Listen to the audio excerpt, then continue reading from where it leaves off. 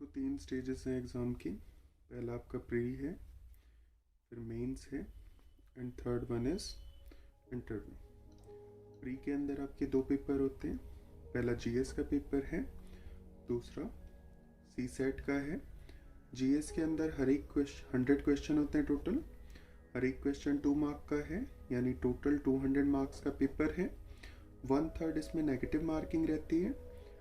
हर साल की इसमें अलग अलग कट ऑफ होती है, जो भी उस साल का कट ऑफ होगा। जैसे अभी जो ट्रेंड है 87 टू 95 के अराउंड कुछ कट ऑफ रहती है। अगर आप इतना स्कोर कर रहे हो तो आपका ये क्वालिफाई हो जाएगा। इसके बाद आपका सी सेट होगा।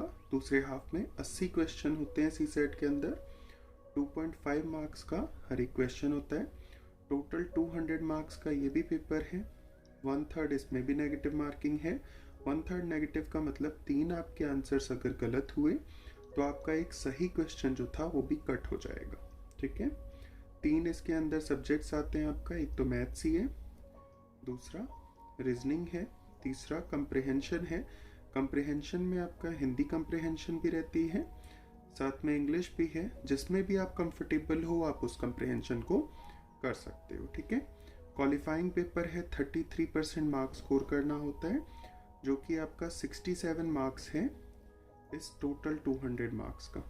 यानी आपको नेट 27 क्वेश्चंस करेक्ट करने होते हैं विदाउट एनी नेगेटिव मार्किंग। ठीक है, अगर आप ये दोनों क्राइटेरियाज फुलफिल कर लेते हो तो आप मेंस में एंट्री करेंगे।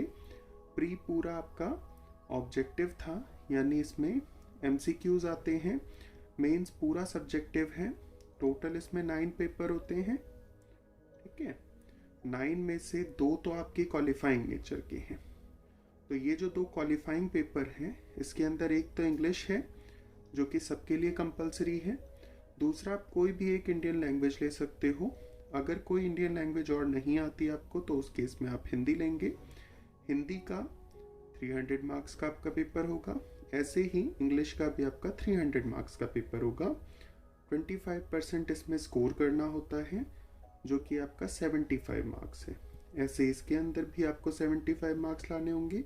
जब आप ये दोनों पेपर क्वालिफाई कर लेते हो तो आपके बचे हुए जो 7 पेपर्स हैं ये चेक होंगे।